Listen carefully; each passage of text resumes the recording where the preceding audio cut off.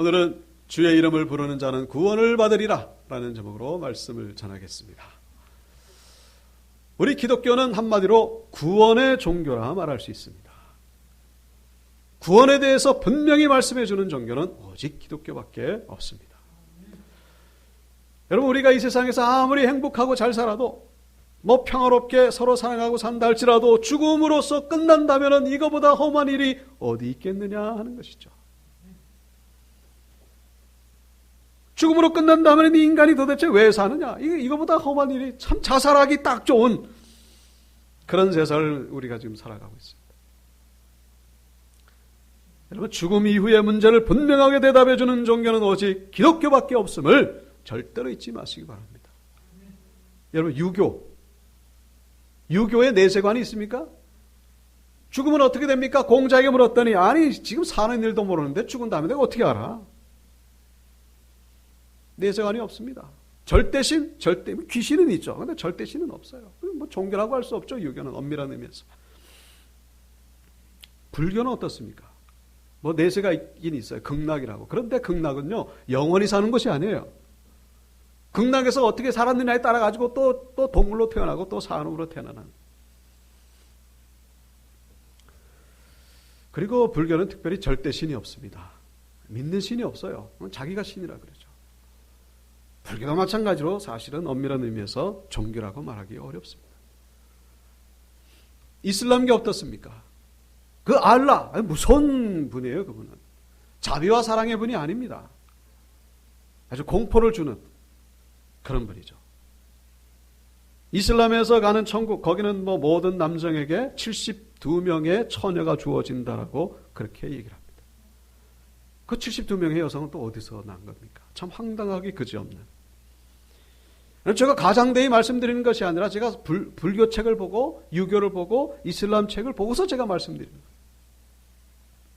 우리 기독교의 구원은 자기 죄를 회개하고 예수 그리스도를 하나님의 아들, 우리의 죄를 위해서 죽었다가 살아낸 것을 믿기만 하면은 그 사람이 무슨 죄를 졌든지 간에 어떤 사람이 되었든 간에 주어지는 하나님의 선물이라는 것, 이것이 바로 기독교에서 말하는 구원이라는 것을 우리가 잊어서는 안 된다는 것입니다.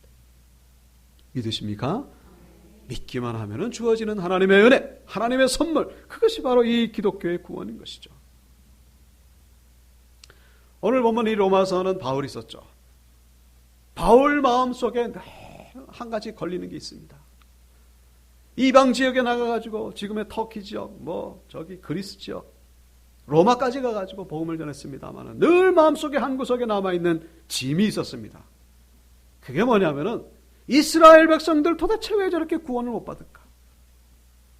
이방인들은 저렇게 많이 구원을 받아가지고 주님께로 돌아오는데 정작 이 선택받았다라고 여겨졌던 이스라엘 백성들은 구원받는 사람이 없는 거예요.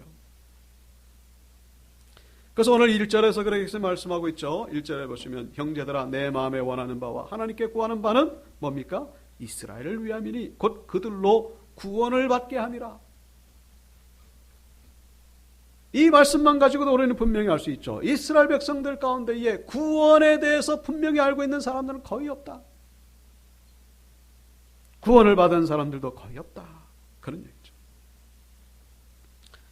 지금 이스라엘 사람들, 그리고 바울 시대의 그 유대인들, 우리가 먼저 한 가지 아셔야 될 것은 유대인들의 내세관, 유대인들은 천국과 지옥이 있을 것이라고 믿습니까? 그렇지 않아요. 조금 의아스럽죠? 유대인들 가운데 최고 지도자들, 제사장들이죠. 제사 드리는 제사장들. 여러분, 놀랍게도 이 제사장들도 내세관이 없다는 사실입니다.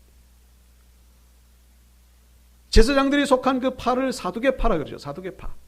바리새파가 있고 사두개파가 있고 그렇죠. 유대교 지도자들. 사두개파들은요, 죽음으로 끝난다라고 생각하는 거예요.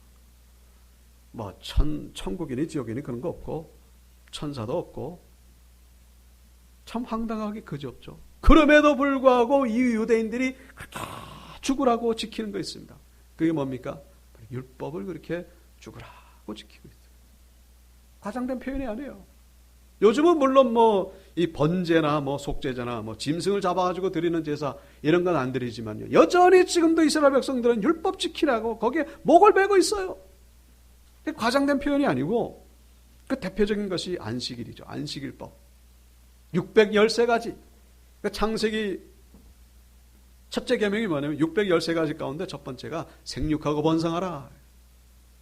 그거부터 시작해가지고 거기에 10계명도 있고 뭐 제사에 대한 계명도 있고 613가지 그거를 그렇게 지키는데 제사 제도는 지금은 없어졌습니다만 안식일을 그렇게 지키는 거예요. 발디딜 틈이 없이 북적대는 이스라엘 어느 시장의 모습입니다. 그런데 매주 금요일만 안식일이 시작되는 금요일 오후만 되면은 10여 분 만에 이런 모습으로 바뀝니다. 좀 희미해서 잘 안 보이겠습니다만 여기가 시장이 맞는가 싶을 정도로 그렇게 북적북적대던 이 시장이 텅 빈, 다 숨었어요. 어디로 갔지? 매주 금요일 오후 때만 되면은 안식일이 시작되는 그 시간만 되면은 벌어지는 진풍경입니다. 그래서 문을 닫지 않는 매장이 있으면은 단속하는 사람들이 와가지고 호루라기를 불면서 그냥 10여 분 만에 완전히 그냥 마치 옛날에 우리나라 뭐 같죠?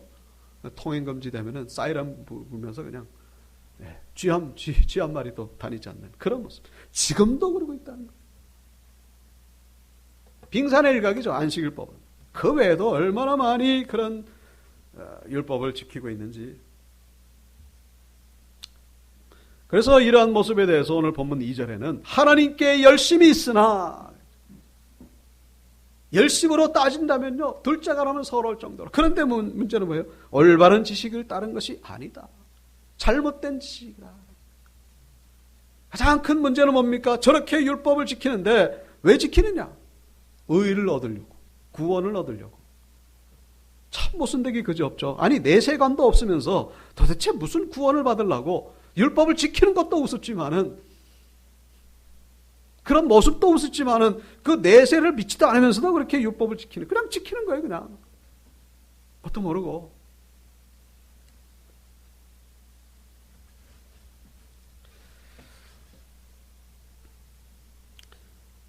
자, 그래서 이 오늘 본문 그 3절에 보시면은 하나님의 의를 모르고 자기 의를 세우려고 힘써 하나님의 의에 복종하지 아니했다라고 말씀합니다. 하나님의 의 그리고 자기 의 비교되는 말씀이죠. 하나님의 의는 뭐예요? 하나님이 정해놓은 구원의 기준. 자기 의는 뭐예요? 유대인들이 생각하는 그 구원의 기준. 그게 다르다는 거예요. 다를 때는 누구의 의를 따라가야 됩니까? 하나님의 의를 따라가야죠. 근데 유대인들은 여전히 자기 의가 그게 옳은 거라고 생각하고 착각하고 있어요. 그래서 2절에 올바른 지식을 따는 것이 아니니라. 여러분 은행에서 대출 받으려면 어떻게 됩니까? 내가 임의대로 서류를 뭐 일기장에다가 뭐 내가 타고 다니는 자동차 사진 찍어가지고 그거 갖다 준다고 대출 받습니까? 은행에서 원하는 그 기준에 맞춰야 되는 거예요. 내가 임의대로 해가지고는 절대로 그건 뭐 받을 수가 없죠. 뭐 통장 하나 만들기도 어려운데. 구원도 마찬가지라는 것이죠. 하나님이 원하는 그 구원의 기준. 거기에 맞춰야 되지 내가 생각해가지고. 여러분 그러면 하나님이 원하는 그 구원의 절대 기준은 뭡니까? 그게 뭐죠? 구약시대나 신약시대나 뭡니까? 한마디로 믿음이라는 거예요. 믿음.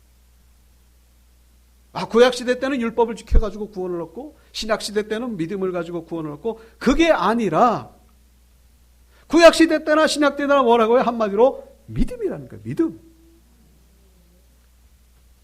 창세기 15장 6절 아브라함이 여호와를 믿으니 여호와께서 그를 그의 의로 여기셨다. 믿으니 의로 여기셨다. 믿음. 아브라함 때 율법이 있습니까? 없습니까? 없죠. 아브라함부터 한 500년 뒤에나 생긴 게 율법입니다. 율법 이전에 이미 하나님을 믿었던 아브라함, 그가 구원을 받았다라고 성경은 분명히 말씀하고 있죠. 자, 그러면 우리 한 가지 질문을 하게 되죠. 그럼 율법은 왜냐? 뭐냐? 그것도 하나님이 주신 거 아니냐? 지키라고 하나님이 주신 거 율법. 그거 뭐하러 주셨냐? 여러분, 우리가 분명히 알아셔야 됩니다. 율법이라고 하는 것은 믿음이라고 하는 것을 지키기 위한 울타리. 거울에 지나지 않는다는 사실이에요. 다시 말씀드리면 음식물 있잖아요. 음식물을 담기 위해서 그릇이 있잖아요. 그릇. 그릇에 불과한 것이 바로 율법이다라는 거예요. 믿음을 담기 위한 그릇. 그게 바로 율법입니다. 여러분, 하나님이 믿음을 요구하시면서 율법을 안 주셨으면 어떤 일이 벌어질까요? 율법 없이 믿음만 지키라고 한다면요, 어떤 일이 벌어질까요? 그럼 우왕좌왕, 중구난방, 갈팡질팡. 여러분, 하나님 믿는다고 하면서 우상을 섬기는 거예요. 나 하나님 믿잖아. 그럼 내 마음대로 하는 거지. 하나님 믿으면서 여전히 살인하고 도둑질하고 간음하고 난장판으로 음란한 가증스러운 모습을 살면서 왜 이렇게 살아? 나 하나님 믿으면 되는데 하나님 믿으면서 여전히 내 마음대로 사는 거예요. 여러분, 그게 믿음인가요? 참된 믿음이라고 할 수 없죠. 그리고 또한 그렇게 사는 사람은요, 하나님을 향한 믿음은요, 없어지기 마련이에요.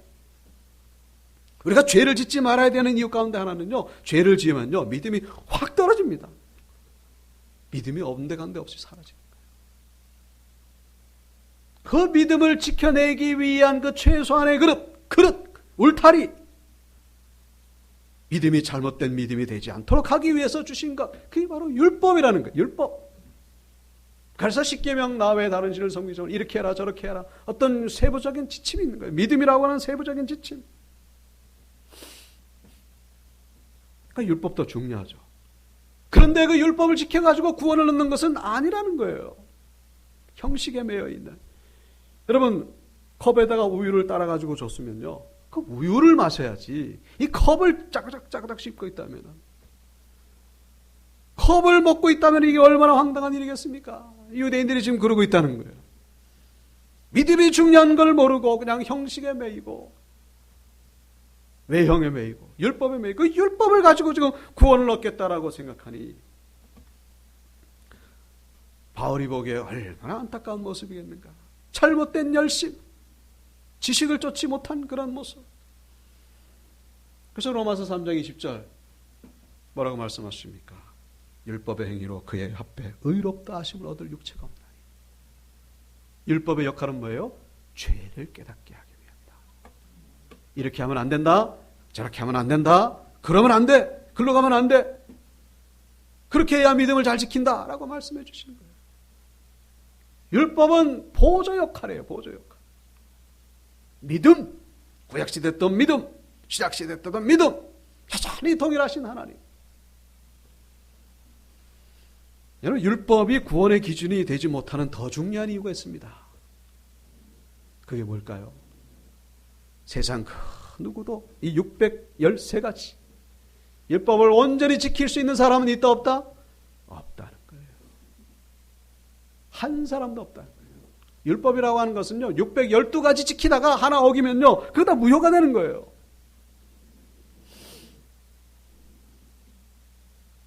그거 못 지키는 율법이 구원의 기준이라면요, 구원받을 사람은 한 사람도 없어요.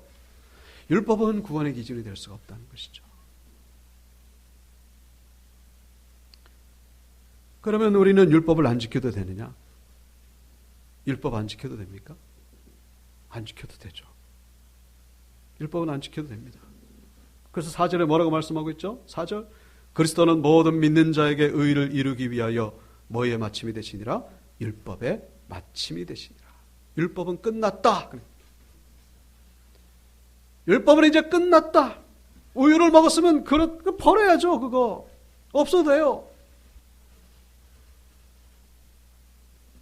이제 번제를 안 드려도 되는 것이고, 이것도 먹고 돼지고기 먹어도 되는 것이고, 율법은 이제 우리에게는 의미가 없어요. 왜요? 믿는 자에게 의를 이루기 위하여, 믿는 자에게 구원을 주시기 위하여 그리스도가 오셨기 때문에, 예수 그리스도가 바로 그 율법의 자리에 떡하니 서 계시는 것입니다. 613가지를 하나로 묶어가지고 예수 그리스도로 통일시키신 것입니다.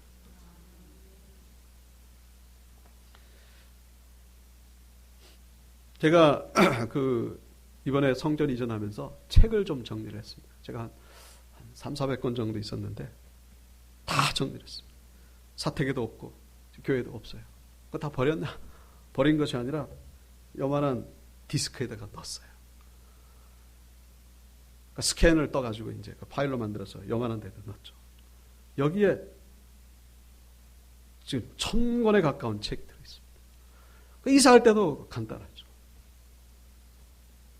이사할 때마다 이 목회자들은 책 때문에 아주 그냥 골치를 아파요.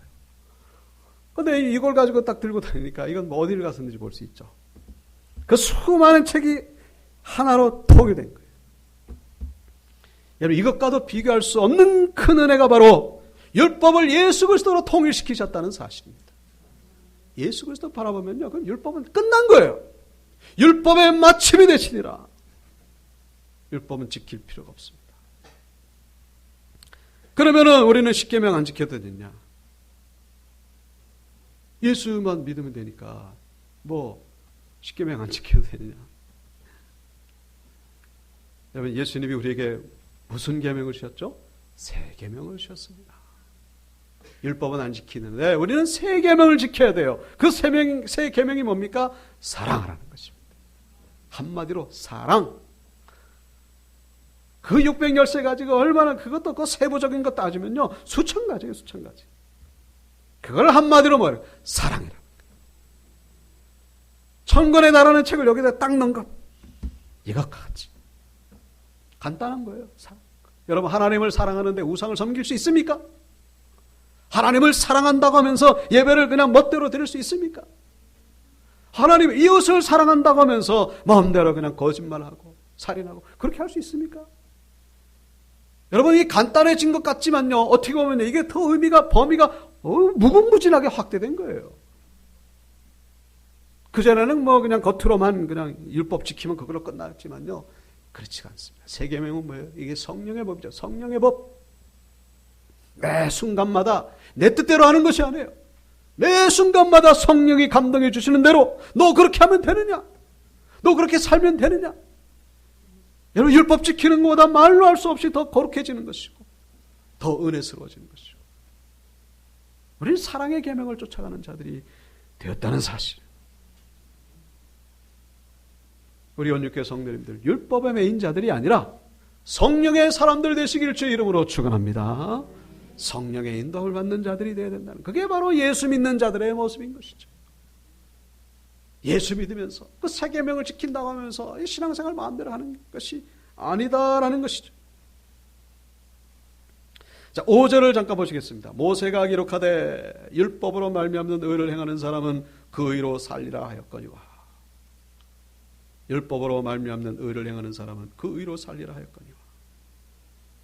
여러분, 이 구절을 가만히 보면요, 제가 지금까지 말씀드린 것 그 반대되는 그런 의미로 해석이 될 수가 있어요. 율법으로 말미암는 의를 행하는 사람은, 율법이 의의 기준인가 그럼? 여러분, 이 5절을 지금 바울이 그 모세의 그 레위기서 18장 5절 말씀을 지금 인용하고 있죠. 너희는 내 규례와 법도를 지키라. 사람이 이를 행하면 그로 말미암아 살리라. 나는 여호와이니라. 이 구절을 보면 또 이게 헷갈리는 거예요. 또 뭐 율법이 구원의 기준인가, 의의 기준인가? 이 바울이 이 구절을 인용한 이유가 있습니다. 그 뭐냐? 결론부터 말씀드린다면은 원래 그런 뜻이 아니다라는 거예요. 이 유대인들 가운데에 그 율법을 좋아하고 율법주의자들, 그 인용하는 구절이 바로 레위기 18장 5절입니다. 저거는 왜곡된 인용이죠. 왜곡 편집. 여러분, 이단들의 특징이 뭐죠? 한 구절 뽑아가지고 그게 마치 전체 의미인 것 마냥 왜곡 확대시키는 그런 특징이 이단들에게 있죠. 바울 때의 그 율법주의자들도 마찬가지입니다. 저 구절의 의미는 여러분 전체를 봐야 돼요. 우리는 성경을 볼 때 한 구절만 볼 것이 아니라 전체를 봐야 돼요. 앞뒤. 레위기 18장 6절부터 무슨 내용이 나오느냐? 바로 가나안 땅에서 행해지는 가증스러운 풍습이 나오고 있습니다. 이스라엘 백성들이 이제 가나안 땅 들어가서 살아야 될 거 아니에요.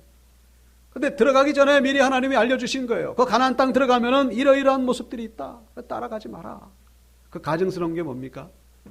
근친상간. 좀 강대상에서 올리기 참 힘든 그런 내용들. 6절부터 쭉 나와요. 근친상간. 그리고 짐승과의 관계하는 그 수간이라 그러죠.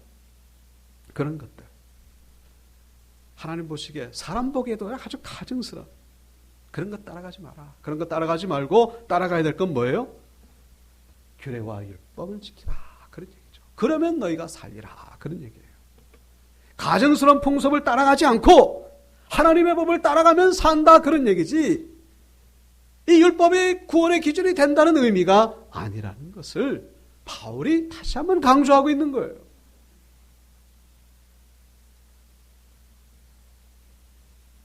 그래서 6절에 보시면 믿음으로 말미암는 너희 이같이 말하되 누가 하늘에 올라가겠느냐? 7절에 누가 무저갱에 내려가겠느냐? 우리가 율법을 지켜가지고 의를 행한다는 건 마치 뭐와 같으냐? 걸어서 하늘에 올라가는 것과 같고 걸어서 지옥에 내려가는 것과 같다. 여러분 누가 어떻게 걸어서 하늘에 올라갑니까? 누가 어떻게 걸어서 지옥에 내려갑니까? 절대 불가능한 일이죠. 율법을 지켜가지고 의를 얻는다는 것은 마치 그와 같다. 여러분 이 율법이 우리에게 무슨 상관이 있습니까? 우리에겐 율법이 없죠. 원래부터. 여러분 율법이 의미하는 것은요. 우리의 행위를 의미하는 거예요. 우리의 양심. 깨끗하게 살면은 그럼 뭐 천국 가는 거지 뭐.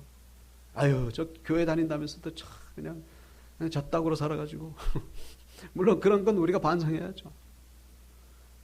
그런데 아무리 착하게 살고 이렇게 살고 기독교인들만 손가락질 할 정도로 그렇게 산다고 해도 택도 없는 얘기라는 거예요. 걸어서 하늘로 올라가는 거고 걸어서 지옥에 내려가는 것과 똑같다. 꿈도 꾸지 말라. 하나님 보시기엔 다 똑같다는 거예요. 뭐라고요? 하나님 보실 때는 다 똑같다는 것입니다. 비행기를 타고 하늘에서 내려다 보십시오. 저 제2롯데월드나 저희 집이 사는 사택이나 다 거기서 거기에요. 저 달에서 보면요, 지구는요, 탁구공처럼 매끈합니다. 뭐 에베레스트 산이 어디 있고, 무슨, 다 똑같아요. 하나님 앞에서 우리가 자랑으로 내세울 것이 아무것도 없다는 것입니다. 우리는 다 똑같은 거예요. 죄인이라는 것이죠.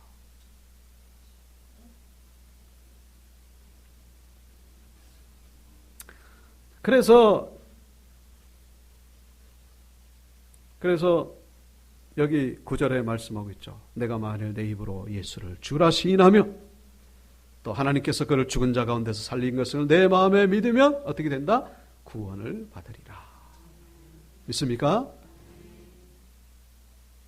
항복하라는 거예요. 항복. 네가 의로워지는 것 그거 포기하라는 거예요. 꿈도 꾸지 말라는 거예요. 우리가 오직 바라볼 것은 하나님의 은혜밖에 없다는 거예요. 믿음은 어린아이도 가질 수 있는 거잖아요. 돈이 드는 것도 아니잖아요. 믿으면 된다는 것이죠. 내가 만일 내 입으로 예수를 뭐로 시인하며? 주로 시인하는 거예요. 주로. 큐리오스 그러죠. 헬라어로 큐리오스. 이 큐리오스로 불리움을 받을 수 있는 바울 당시의 존재는요. 두 가지밖에 없습니다. 원래는. 첫째는 여호와 하나님. 둘째는 로마 황제.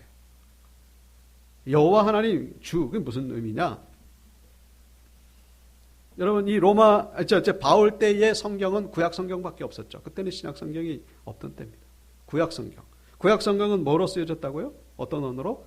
히브리어로 쓰여졌죠. 유대인들만 아는 히브리어로. 그런데 예수님이 오시기 한 200~300년 전에 그 애굽의 프톨레미라고 하는 왕이 유대인들 그 유대 종교가 너무 좋아 보이는 거예요. 그래가지고 너희들 그 경전을 가지고 와라. 이거를 헬라어로 번역하자. 헬라어는 그때 당시에 지금의 영어와 같은 공통어가 되고 있거든요. 이거 너희들만 알고 있을 것이 아니라 전 세계 사람들이 좀 보게 해라. 그 애굽의 프톨레미 왕도 참 대단하죠. 그래가지고 이스라엘의 70명의 학자들을 애굽에 불러와가지고 이 히브리어로 된 구약 성경을요, 뭐로? 헬라어로 번역하기 시작했어요. 그러니까 히브리 사람들에게는 기쁜 일이죠. 와, 우리 유대 종교가 전 세계에 알려지기니까. 그런데 한편으로는 걱정이 되는 게 있어요. 뭐가 걱정이 되느냐? 이 히브리 사람들은요, 유대 사람들은 이 구약 성경에 나오는 이 여호와라는 단어, 이거를 필사할 때는요, 그 단어가 나올 때마다 그냥 목욕제계를 하고 여호와라는 단어를 쓰는 거예요. 그럴 정도로 이 여호와라는 이 단어 함부로 부르지 않습니다. 그래서 십계명에도 하나님 여호와 이름을 망령되 일컫지 말라. 이거 함부로 부르는 거 아니에요. 그래서 히브리 학자들이 걱정되는 게 그거예요. 이거 이방인들이 함부로 이 여호와 이름을 부르는 거, 이게 너무 걱정되는 거예요. 널리 알려지는 건 좋은데. 그래서 히브리 학자들이 여호와라는 이 단어 대신에 뭐로 바꿨다? 큐리오스로 바꾼 거예요. 여호와라는 단어는 다 큐리오스로, 여호와 이 이름을 빼고 주라는 의미를 가지는 큐리오스로 바꾼 거예요. 그래서 이 바울 때에 이 큐리오스라는 단어는 뭐와 동일하다? 여호와라는 단어와 동일한 거예요. 그 누구도 큐리오스라는 이름을 붙일 수가 없는 거예요. 그런데 지금 이 바울이 뭐라고 했습니까? 만일 내 입으로 예수를 뭐로 시인하면 주로 시인하는 거예요. 뭐로? 큐리오스로. 이 얘기는 무슨 얘기예요? 예수가 바로 누구예요? 여호와라는 것이죠. 그 히브리 사람들이 그 벌벌벌벌 떠던 그 여호와, 그게 바로 예수 그리스도다라는 것이에요. 이 유대인들이 그걸 들으면요, 거품을 뿜고 쓰러질 정도로 경천동지라 그러죠. 말도 안 되는, 가서 돌로 쳐 죽이고 싶은 그 분노가 일어날 정도의 그런 엄청나게 위험한 발언입니다. 예수를 주로 시인하라. 그러니까 기독교인들의 얘기는 목숨을 거는 얘기, 행동입니다. 예수가 바로 구약의 여호와 하나님이십니다. 예수가 바로 창조주이십니다.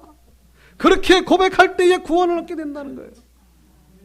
지금은 뭐 그런 일이 없죠. 그런데 그때 당시에는 목숨을 걸고 고백하는 거예요. 그리고 로마 황제, 이 로마 황제들은요, 이 시간이 점점 지나면서 이 점점 신격화, 내가 신이다. 백성들도, 로마 시민들도 그렇게 인정하고. 그래서 이 로마 황제에게 붙여진 이름이 바로 큐리오스예요.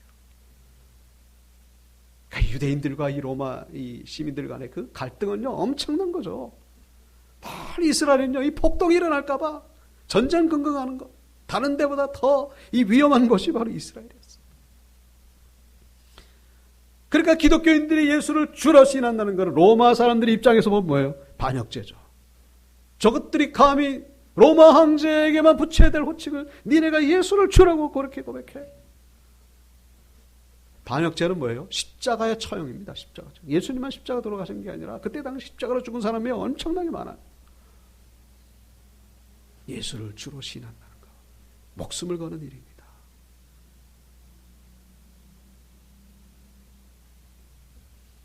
여러분, 이 예수를 우리는 날마다 우리의 마음으로 믿고 입으로 시인하는 자들이 되어야 될 줄로 믿습니다.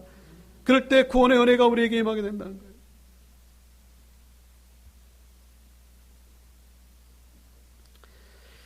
자, 그래서 이제 초대 기독교인들이 주는 그리스도시오, 예수는 주시오, 하나님의 아들이십니다. 그거를 은밀하게 주고받던 앙호, 그게 뭡니까? 물고기잖아요. 물고기. 제당체 뒤에도 이렇게. 왜 물고기입니까? 물고기가 헬라어로 익두스라 그래요. 익두스. 익두스. 헬라어. 왜 익두스냐? 이에수스, 크리스토스, 데오스, 히오스, 소테라. 예수, 지저스 크라이스트, God, Son, Savior. 예수는 주시오, 하나님의 아들이 되십니다. 그래서 첫 글자를 딴 거예요. 이오타, 크이, 세타, 휘오스. 그 다음에 시그마. 이오타, 크이, 세타, 휘오스, 시그마. 요거를 딱 합치면요, 익두스가 됩니다. 익두스. 그래서 물고기를 이렇게 표시하는 거예요. 땅바닥에. 그 물고기를 딱 표시를, 아, 나는 그리스도시구나. 그리스도를 믿는 사람이구나. 이제 우리는 죽음의 위협을 벗어나서 마음 놓고 우리는 시인할 수가 있게 됩니다. 그게 또 더 어려운 거예요. 목숨을 거는 일이다 보니까 또 이 고백이 진정한 고백이 되는데 이게 또 너무 자유가 주어지다 보니까 이 믿음이 또 이게 희미해지는 거예요. 바라기는 우리 온육교회 권속들, 우리 성도님들 가운데 정말로 참된 이 신앙 고백이 회복되기를 주의 이름으로 축원합니다. 예수는 우리의 주가 되시는 거예요. 돈이 우리의 주인이 아니고 대통령이 우리의 주인이 아니고 예수가 우리의 주인이 되신다는 사실. 그럴 때 구원을 얻게 된다는 사실.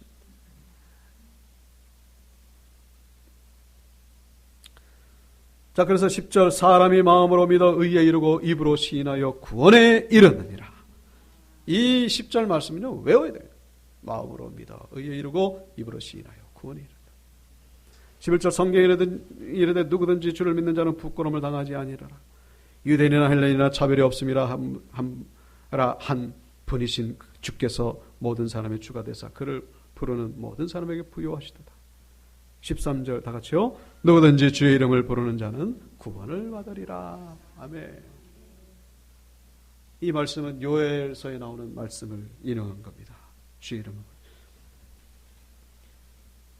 내가 이적을 하늘과 땅에 베풀리니 곧 피와 불과 연기 기둥이라. 여호와의 크고 두려운 날이 이르기 전에 해가 어두워지고 달이 핏빛같이 변하려니와 누구든지 여호와의 이름을 부르는 자는 구원을 얻으리니. 여기서 이 여호와를 주라고 이렇게 번역해놨죠. 여호와의 크고 두려운 날, 이게 뭐예요? 세상 종말이죠. 세상 심판날. 그때 천재지변이 일어나고 이상이 그 기운, 천재지변적으로 이상 징조가 보이고 해가 어두워지고 달이 핏빛같이 변한다는 거예요. 주님께서도 말씀하셨죠. 그날 환난 후에 즉시 해가 어두워지고 달이 빛을 내지 아니할 것이다. 요엘서와 같은 맥락에 말씀하고 있죠. 계시록에서도 말씀하고 있죠. 내가 보니 여섯째 인을 떼실 때에 큰 지진이 나며 해가 검은 털로 짠 상복같이 검어지고 달은 어떻게 해요? 온통 피같이 될 것이다. 달이 핏빛같이 변하려니와 세상 종말이 가까우고 있다 그런 얘기죠.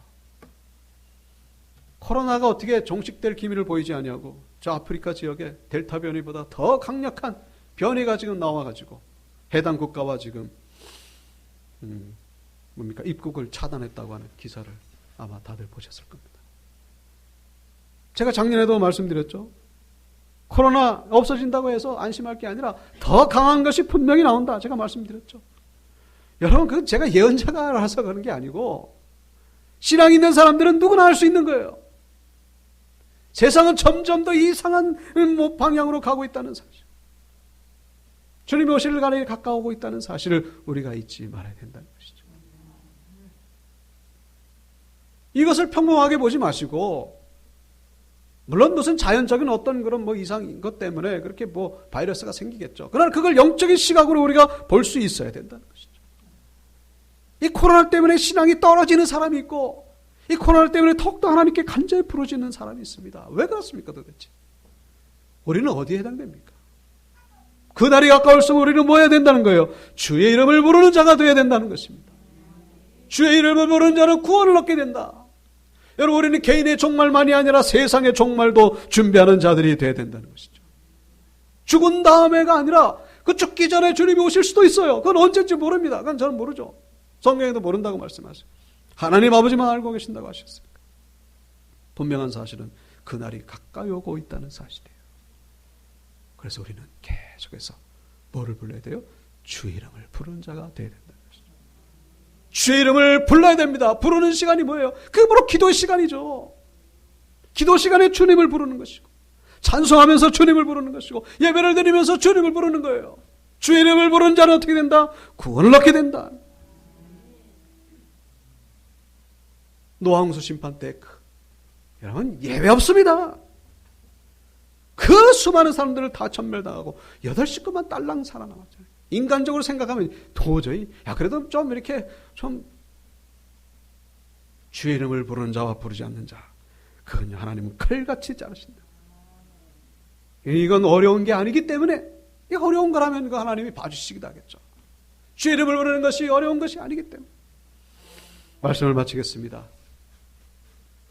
오직 예수만이 구원의 길이심을 잊지 마시고 믿으시고 날마다 이 믿음 지키시기 위하여 기도와 찬송과 예배로 주의 이름을 부르는, 그래서 주님 오실 날 생명의 구원의 면류관을 다 받으시는 우리 연육교 원석들 되시기 주의 이름으로 축원합니다.